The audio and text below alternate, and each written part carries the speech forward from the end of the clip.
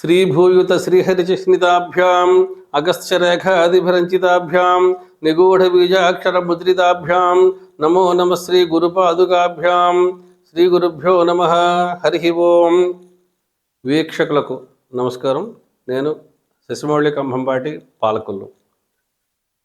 ఈరోజు మనం చెప్పుకునేటటువంటి topic numerology. యాక్చువల్గా న్యూమరాలజీ అనేది కంప్లీట్లీ వెస్ట్రన్ సైన్స్ అండి. అందులో ఏమి సందేహం ఏమీ లేదు. అందులో మళ్ళీ రెండు రకాల మెథడ్స్ ఉన్నాయి. ఒకటి పైథాగరన్, రెండు చాల్డియన్. ఇందులో 1 నుంచి 9 వరకు డిజిట్స్ ప్లస్ ఎడిషనల్గా 0. వీటన్నిటికీ కూడా వాళ్ళు రకరకాల వాల్యూస్ ఇచ్చారు, రకరకాల క్వాలిటీస్ చెప్పారు. అవన్నీ ఏంటో వరుసగా చూసుకుందాం. అయితే అదేవిధంగా అంతకంటే ప్రాచీనమైనది మన సనాతన ధర్మానికి సంబంధించింది మనది అయినటువంటి కటపయాది అనేటటువంటి సిస్టమ్ ఉంది. కటపయాది అంటే కా నుంచి క్షా దాకా ఉండేటటువంటి అక్షరాలకి ఇవే సంఖ్యల్ని నిర్ధారించి కాది దశ, టాది దశ, యాద్యష్ట అని చెప్పి రూల్ చెప్పారు. ఈ రూల్స్లో ఏంటంటే యారా లావా శేషా సాహా అనేటటువంటి 8 అక్షరాలకి వరుసగా 1 నుంచి 8 దాకా నెంబర్లు ఇచ్చారు. ఈ సిస్టమ్ని మన ఋషులు, మన మునులు మంత్రశాస్త్రంలో కోడింగ్ లాంగ్వేజ్లో వాడారు. దానికి భువనేశ్వరి కక్షపుటి, భువనేశ్వరి యంత్ర కక్షపుటి, భువనేశ్వరి మంత్ర కక్షపుటి అని చెప్పి 2 రకాల పుస్తకాలు ఉన్నాయి. మంత్రశాస్త్రాన్ని మొత్తాన్ని కోడ్ లాంగ్వేజ్లో వాడారు, ఓన్లీ యూజింగ్ దిస్ కటపయాది. అలాగే తంత్రశాస్త్రాన్ని, యంత్రశాస్త్రాన్ని మొత్తం ఈ 3 కూడా మంత్ర, తంత్ర, యంత్ర ఈ 3 కూడా ఉన్నటువంటి సిస్టమ్ ఏదైతే ఉందో అది కటపయాది. దాన్ని మనం పర్సనల్గా ఇండివిజువల్ రీడింగ్కి కూడా వాడుకోవచ్చు. ఆ వీడియోస్ తోటి మీ ముందుకు త్వరలో వస్తాను. అయితే ఇప్పుడు న్యూమరాలజీ అని చెప్పి మొట్టమొదటి మనం ఏదైతే చెప్పుకున్నామో అందులో వరుసగా 1 నుంచి 9 ప్లస్ 0. 0 మళ్ళీ భారతదేశందే. 0 ఈజ్ ఇండియన్ కనిపెట్టింది 0. అది వాళ్ళకి 0 తెలియదు. 1వ నెంబరు. ఈ 1వ నెంబర్కి అంటే 1 నుంచి 10 దాకా కదా న్యూమరాలజీలో మనం వాడేటటువంటి సంఖ్యలు. మీ జన్మ తేదీ ప్రకారం మీరు జన్మించినటువంటి తేదీ 1 కానీ లేదా 10 నుంచి 30 లోపల ఉన్నటువంటి డిజిట్స్, డబల్ డిజిట్స్ ఏదైతే కలిపితే 1 వస్తుందో అది కానీ 1వ నెంబర్ని మీ జన్మజాతకం అవుతుంది. 1వ నెంబర్లో 1వ తారీఖున ఏ నెలలోనైనా సరే 1వ తారీఖున జన్మించిన వారు కానీ లేదా 10 తర్వాత వచ్చేటటువంటి డబల్ డిజిట్స్లో 2 నెంబర్లు కలిపితే 1 వచ్చేటటువంటి తేదీల్లో జన్మించినటువంటి వాళ్ళు కానీ 1వ నెంబర్ కిందకు వస్తారు.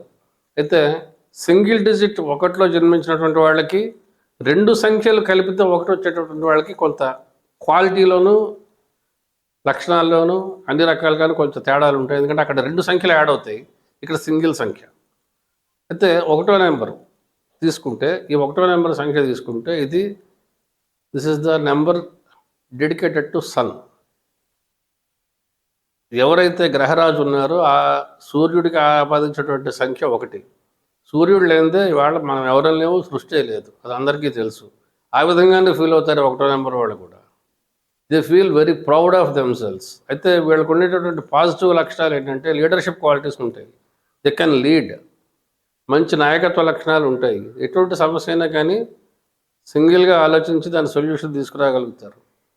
మంచి క్వాలిటీస్ ఉన్నా కూడా వీళ్ళకు ఉండేటటువంటి ఒకే ఒక అవలక్షణం ఏంటంటే యాంగర్, అడమెంట్ నేచర్. ఈ 2 లక్షణాల వల్ల వీళ్ళు జీవితంలో దెబ్బతింటారు. ఎంత పైకి ఎదిగినా కూడా, ఎంత షార్ట్ టైంలో ఎంత పైకి ఎదిగినా కూడా ఈ 1వ నెంబర్లో పుట్టినటువంటి వాళ్ళు, 1వ తారీఖున జన్మించినటువంటి వాళ్ళు ఈ 2 లక్షణాలు వదులుకోకపోతే మాత్రం కింద పడడం ఖాయం. అందువల్ల వీళ్ళకి ఆ ఈగో అనేటటువంటిది కొంచెం పై లెవెల్లో ప్లే చేస్తూ ఉంటుంది.